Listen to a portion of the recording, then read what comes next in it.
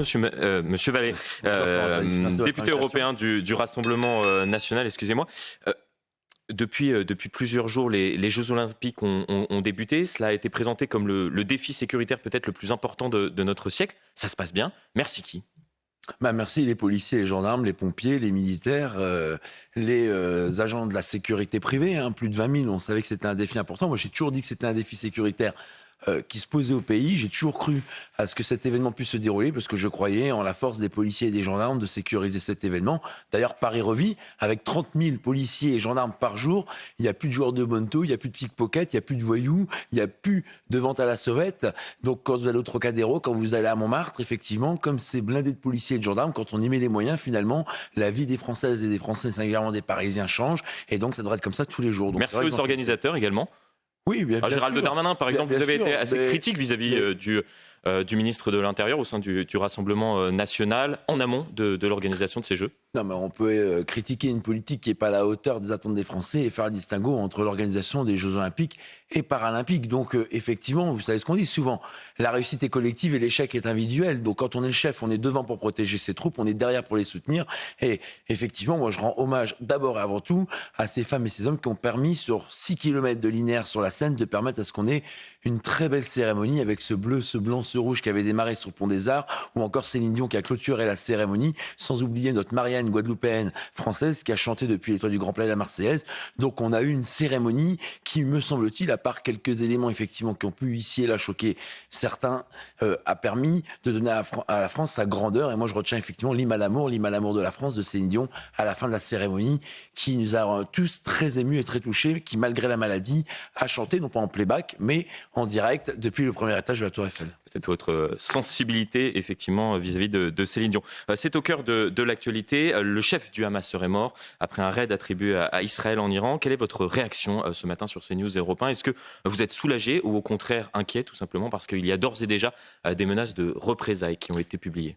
Bon, il y avait eu ces 12 jeunes morts d'attaque du Hezbollah, l'organisation islamiste du Liban sur Israël. On a effectivement le Hamas en Palestine qui tient toujours 2 otages français notamment et dont on souhaite la libération immédiate. Et effectivement, dans cette région, l'Iran, par exemple, a un rôle important à jouer puisque, effectivement, aujourd'hui, il est plus un rôle de déstabilisateur que de pacificateur. Et il faut que dans cette région, Israël puisse avoir pleinement son État, puisse vivre pleinement en sécurité. Et vous savez... Vous craignez un embrasement dans la région ? Oui, ça peut basculer effectivement du jour au lendemain. Vous savez qu'aujourd'hui, Israël est pris à la gorge de toutes parts et elle est en droit. En tout cas, l'État israélien est en droit, de défendre son État, de défendre sa nation, de défendre sa population. Et vous savez que depuis le 7 octobre dernier, ça a été le démarrage, finalement, après ces attentats terroristes islamistes sur le territoire israélien, ces pogroms, du démarrage de ce conflit qui, pour l'instant, ne s'en termine pas. Mais pour nous, il n'y a pas une guerre entre 2 États, puisque le Hamas, c'est pas la Palestine. Le Hamas, c'est une organisation terroriste. Donc, certains groupes politiques de France, notamment l'extrême gauche, estiment que c'est une guerre symétrique. Mais pour nous, effectivement, c'est Israël qui est dans son plein droit de défendre son État et sa population face à une organisation terroriste. Toujours sur la politique internationale, est-ce que vous saluez ce geste de la France à l'égard du Maroc sur le Sahara occidental ? Marine Le Pen défendait depuis longtemps le soutien au Royaume du Maroc pour que cette Sahara occidentale qui fait partie du Royaume chrétien soit pleinement défendue. Aujourd'hui, la grande question, c'est comment l'Algérie va réagir vis-à-vis de nos intérêts français sur, par exemple, Citroën ou Renault par rapport à notre automobile française qui a des relations fortes avec l'Algérie. C'est aussi l'OQTF, puisque c'est l'Algérie qui délivre les laissez-passer consulaires pour qu'on puisse expulser les délinquants, les criminels étrangers de France vers l'Algérie. Et donc, je pense... Vous craignez qu'il ferme totalement le robinet ? Oui, là, pour l'instant, s'il ferme le robinet, ça serait bien qu'il le ferme dans le sens de ne pas laisser partir des gens qui commettent des infractions chez nous. Et donc, on espère que cette politique étrangère du chef de l'État continuera vis-à-vis du Royaume du Maroc pour soutenir cette Sahara occidentale. Et vous avez d'autres pays comme l'Espagne, comme d'autres pays de l'Europe qui ont déjà enclenché cette politique étrangère. Et donc, effectivement, il faudra être vigilant sur ce que les intérêts français soient défendus par rapport à l'Algérie.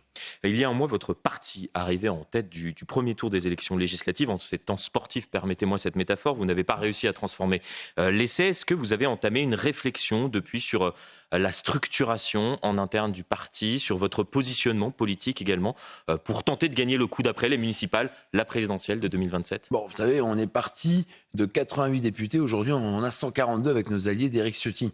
Donc, on a quand même augmenté notre nombre de députés. Maintenant, nous, on ne brade pas nos valeurs pour des sièges électoraux. Il y a un mois, il y a eu une gigantesque arnaque électorale. Une arnaque électorale ? Bah oui, quand vous entendez des partis qui se combattaient la veille et qui deviennent les meilleurs alliés le jour J pour sauver leurs postes électoraux, j'estime qu'on arnaque les Français. Et je vais même plus loin. Quand vous combattez l'extrême gauche, par exemple, sur certains membres de la France insoumise qui n'arrivent pas à appeler le Hamas organisation terroriste et qu'après vous appelez à voter pour eux, il y a un sujet. Quand vous appelez à voter pour les écologistes, dont certains élus avec leur écharpe tricolore bradent les interdictions de manifester et sont du côté des soulèvements de la terre, que ça soit à Sainte-Soline, que ça soit à La Rochelle, qui s'en prennent à nos forces de l'ordre. Il y a un sujet. Quand vous avez aussi l'extrême gauche qui veut abolir la loi anti-squat, c'est-à-dire que tous les petits propriétaires, ceux qui n'ont pas beaucoup d'argent et qui toute leur vie ont mis de l'épargne de côté pour s'acheter un appartement ou un bien immobilier et que le locataire ne paye pas, qu'est-ce qu'on leur dit à ces gens-là ? Donc j'estime que quand on a pactisé avec le diable, aujourd'hui, c'est difficile aux Françaises et aux Français de dire on n'arrive pas à trouver une majorité. Forcément, quand on a troqué ses valeurs pour avoir des postes, derrière, il ne faut pas s'étonner qu'il n'y ait pas eu une majorité absolue à qui que ce soit. La gauche, c'est le diable ? L'extrême gauche, c'est le diable. Et vous savez, moi, je dis toujours que je viens du Nord. Jaurès, qui est le défenseur des ouvriers, notamment des terres dont je suis issu, doit se retourner dans sa tombe quand, par exemple, on dit que le SMIC est à 1 600 €. Si vous mettez le SMIC à 1 600 €, c'est toutes les petites, les moyennes, les très petites entreprises qui vont s'effondrer. Quand vous avez Georges Clemenceau qui a créé ses brigades du Tigre, la police judiciaire au début du XXe siècle, il doit se retourner dans sa tombe quand il voit qu'il y a, par exemple, M. Poutou qui a été battu par le député Rassemblement national Christophe Barthès dans la circonscription où Arnaud Baltram, ce gendarme, a sacrifié sa vie face à un terroriste islamiste pour sauver celle d'une otage. Il a dû se retourner dans sa tombe quand il voit Raphaël Arnaud Fichès pour appartenance à l'ultra-gauche violente, qui a été investi, qui a été élu dans la première circonscription d'Avignon.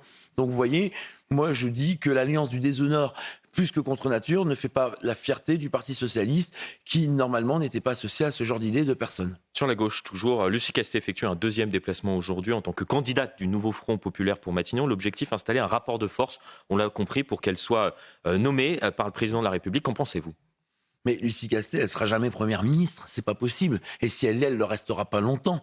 Elle n'a pas de majorité absolue à l'Assemblée nationale qui lui permettra de tenir s'il y a une motion de censure. Vous serez prêt à voter une motion de censure ? Oui. Alors vous êtes député européen, mais est-ce que vos collègues seraient prêts à voter une motion de censure déposée par exemple par Ensemble pour la République je suis député européen, mais je fais partie du mouvement politique de Marine Le Pen et de Jordan Bardella. Donc la ligne est très simple. Vous avez 4 partis politiques dans le nouveau Front populaire. Il y a les écologistes, les communistes, les socialistes et les LFistes. On a dit que s'il y avait des LFistes et des écologistes, il y aurait une motion de censure qui serait votée. Donc ils feront la chose simple. Par qui elle est déposée ? Bien sûr. Nous, l'intérêt, c'est la France. C'est pas notre parti politique ou c'est pas les querelles partisanes. Nous, on a fait toujours le choix de la France avant nos sièges électoraux, toujours le choix des Français avant les petites bisbilles électorales et les arrangements entre amis, et ce qui n'est pas le cas des autres partis dans l'Assemblée nationale. Donc, on n'a peut-être pas de poste à responsabilité, ce qui est un scandale démocratique, mais en tout cas, on peut rester droit, fier et debout sur nos valeurs et nos principes face à nos électeurs, face à tous celles et ceux qui nous ont fait confiance. Et d'ailleurs, je le dis tout de suite, ça va se payer très cher, à mon avis, dans les prochaines échéances électorales. Les Françaises et les Français n'aiment pas être privés de parole quand ils ont mis 11 millions de voix dans un parti politique et le premier mouvement d'opposition de France. Ce matin, les règles de l'assurance chômage ont été prolongées jusqu'à fin octobre et non plus jusqu'à fin septembre comme envisagé initialement. Est-ce que vous y voyez le signe que la situation politique actuelle, le fait que nous n'ayons pas de nouveau Premier ministre, pourrait durer plusieurs semaines, voire plusieurs mois ? D'abord, il faut saluer le vote des Françaises et des Français au Rassemblement national, notamment aux européennes, où on a fait 32% des voix, qui a permis d'éviter l'augmentation des prix du gaz de près de 10% au 1er juillet et le retrait de cette réforme de l'assurance chômage qui faisait débat. Donc, oui, aujourd'hui, ce qui serait bien, c'est que M. Macron nomme un gouvernement, puisqu'on ne peut pas continuer avec des gens démissionnaires qui bénéficient des moyens de l'État, qui continuent à œuvrer dans des ministères, même s'ils disent ne pas prendre de décision. On voit bien qu'il y a même eu un décret qui a été pris pour décaler les repos du dimanche dans certains secteurs. Donc, il faut qu'aujourd'hui, il y ait un gouvernement qui soit responsable devant la nation, c'est-à-dire devant les députés que les Françaises et les Français ont élus le 7 juillet au soir. Mais on nomme qui ? Eh bien ça, c'est au chef de l'État de le dire. Ils ont troqué leurs convictions pour des postes. Donc maintenant, après avoir négocié les postes, que ce soit les postes pour être élus dans les circonscriptions ou que ce soit les postes qu'ils ont négociés entre l'Assemblée nationale pour pas qu'on ait de postes à responsabilité au bureau politique et au bureau de l'Assemblée nationale, eh bien maintenant, c'est à eux de se débrouiller sur un choix d'un gouvernement qui pourra tenir et qui devra tenir dans la durée, ce qui va effectivement être très compliqué. Je lis ce matin que Franck Alizio souhaiterait tenter un rapprochement avec Martine Vassal pour les municipales de 2026. Est-ce que vous êtes en capacité de me confirmer cette information et est-ce que vous préparez activement cette échéance? Alors, j'ai pas eu Franck Alizio juste avant de venir sur le plateau. Évidemment, je savais pas que vous alliez me poser cette question. Ensuite, il a créé le mouvement RPR dans la zone sud, dans le département des Bouches-du-Rhône. Et donc, je pense que Marseille est une ville que nous pouvons récupérer face à une alliance de gauche et d'extrême gauche qui aujourd'hui a mis la ville sans dessus-dessous. La sécurité est difficilement assurée. C'est l'État qui a mis sous tutelle la ville de Marseille puisqu'il n'y a plus de finances. Ils sont surendettés. Et donc, on voit bien que même les écoles, une école sur deux qui est insalubre, ne voit aujourd'hui quasiment aucun changement si l'État ne s'y était pas engagé. Donc, on espère proposer une altérance et une espérance dans cette deuxième ville de France qui en a bien besoin aujourd'hui. Et vous espérez donc récupérer en 2026 Marseille ? Vous le dites ce matin sur CNews et Europe 1. On espère qu'on aspirera et qu'on sera majoritaire effectivement dans beaucoup de villes. Vous savez qu'à Hénin-Beaumont, vous savez qu'à Bruay-la-Bussière dans le Pas-de-Calais, vous savez qu'à Fréjus, vous savez qu'à Perpignan, la ville de Louis Alliot, toutes les villes gérées par le Rassemblement national, il fait bon vivre. La sécurité est assurée, la culture, contrairement à ce que certains journaux grincheux disent, est aussi une priorité. Et effectivement, les impôts n'augmentent pas. Donc on voit que le cadre de vie est une priorité des élus locaux. On voit que la sécurité, l'emploi, le développement de leur territoire, la fierté d'appartenir à ce territoire est une priorité de nos élus locaux. Sur le Parlement européen, Emmanuel Macron... Et même Beaucaire. Pousse la candidature. On a eu un jeune maire de 31 ans qui a été élu pour succéder à Julia Sanchez, qui a pendant 10 ans tout donné pour sa ville et qui continuera à le faire au Parlement européen. Sur le Parlement européen, justement, Emmanuel Macron pousse, vous l'avez compris, la candidature de Thierry Breton en tant que commissaire européen pour la France. Est-ce que vous vous opposerez, si ce nom est adopté par le Conseil, à cette nomination lors du vote d'approbation du Parlement ? Mais oui, on s'est opposé à l'élection de Mme von der Leyen, la présidente de la Commission européenne, qui n'a pas donné satisfaction. Il y a plus de 30 millions d'Européens qui ont exprimé leur défiance et leur désapprobation de la politique européenne de Mme von der Leyen. Elle a été reconduite. Donc en gros, que ça soit en France ou que ça soit à l'Europe, on prend les mêmes et on recommence. Comment voulez-vous que les Françaises et les Français croient à la politique quand on leur vend un programme, une espérance, un changement et qu'à la fin on se retrouve avec les mêmes personnes politiques ? Pas sur Thierry Breton. Je pense que Jordan Bardella s'exprimera sur ce sujet, mais à mon avis, on sera dans la même continuité que Mme von der Leyen. Monsieur Breton, c'est Mme von der Leyen, c'est la même politique, la même équipe. Voilà. À partir du 30 septembre prochain, Marine Le Pen et 26 autres prévenus seront jugés pour des soupçons de détournement de fonds européens. Est-ce que ce procès vous inquiète au sein du Rassemblement national ? J'ai confiance en la justice de mon pays. Marine Le Pen est sereine. Elle fera valoir ses droits à la défense et ses arguments. Et j'ose espérer que cette patronne, cette grande chef du grand mouvement politique à l'Assemblée nationale et qui a aussi dirigé le Rassemblement national, pourra évidemment se présenter en 2027 à l'échéance que les Françaises et les Français attendent tous, celle de l'élection du président de la République, puisqu'aujourd'hui c'est la clé. Donc vous craignez une inéligibilité ? Ça serait désastreux pour la démocratie, vous estimez ? Non, je ne crains rien. Je suis simplement confiant sur les arguments que Mme Le Pen défendra lors de ses audiences au tribunal judiciaire. Donc aujourd'hui, il ne faut pas faire le procès avant l'heure. Il faut laisser la justice s'exprimer. Et M. Bayrou a été, même s'il y a eu un appel, je crois, du parquet, a été reconnu innocent en première instance. Il y a plusieurs mois pour des mêmes faits. J'imagine que ça sera effectivement le même suivi pour Marine Le Pen, puisque c'est les mêmes faits qui lui sont reprochés par la justice. Voilà. Concernant cette rentrée sur un tout autre aspect, vous êtes ancien commissaire de police, je le rappelle. Craignez-vous une rentrée sociale à risque, et notamment compte tenu du fait de l'épuisement potentiellement des forces de l'ordre qui sont mobilisées, vous l'avez rappelé tout à l'heure, particulièrement pour ces Jeux Olympiques et Paralympiques? Notre plus grande fierté dans notre pays, c'est que les crises se suivent et les policiers et les gendarmes enchaînent la protection de la nation et des Françaises et des Français. C'est pour ça que moi, j'ai toujours été du côté de ceux qui nous protègent, de nos anges gardiens. Vous avez eu hier Nicolas, ce douanier dans le Nord qui a été tué suite à un accident de la route, avec Frédéric qui est aujourd'hui entre la vie et la mort et qui se bat pour rester avec ses camarades douaniers auxquels j'apporte mon soutien.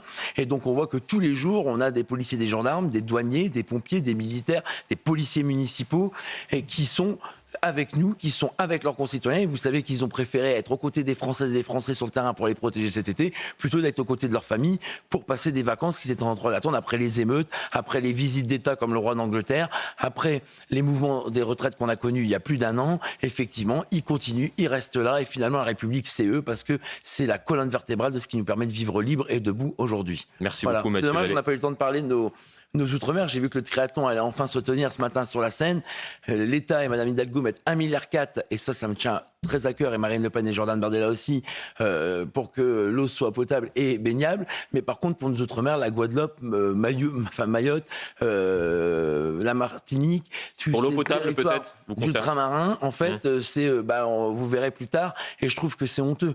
On traite ces citoyens ultramarins qui sont des citoyens français à part entière comme des citoyens de seconde zone. Ils n'ont pas le droit à la même sécurité, ils n'ont pas le droit au même emploi, ils n'ont pas le droit à la même accès à l'eau potable, ils n'ont pas le droit à avoir les mêmes accès à l'hôpital. Par exemple, on a vu que durant la crise sanitaire, ça avait été une catastrophe, à tel point qu'ils avaient subi des couvre-feux et des mesures restrictives beaucoup plus longues et beaucoup plus fortes que sur le territoire métropolitain. Donc moi, je dis simplement qu'il faut respecter nos territoires ultramarins, que ce soit nos territoires ultramarins ou la France. C'est la France, donc il faut qu'ils soient respectés. Merci beaucoup, Monsieur Vallée. C'était votre grande interview sur CNews et sur Europe 1. Merci à vous.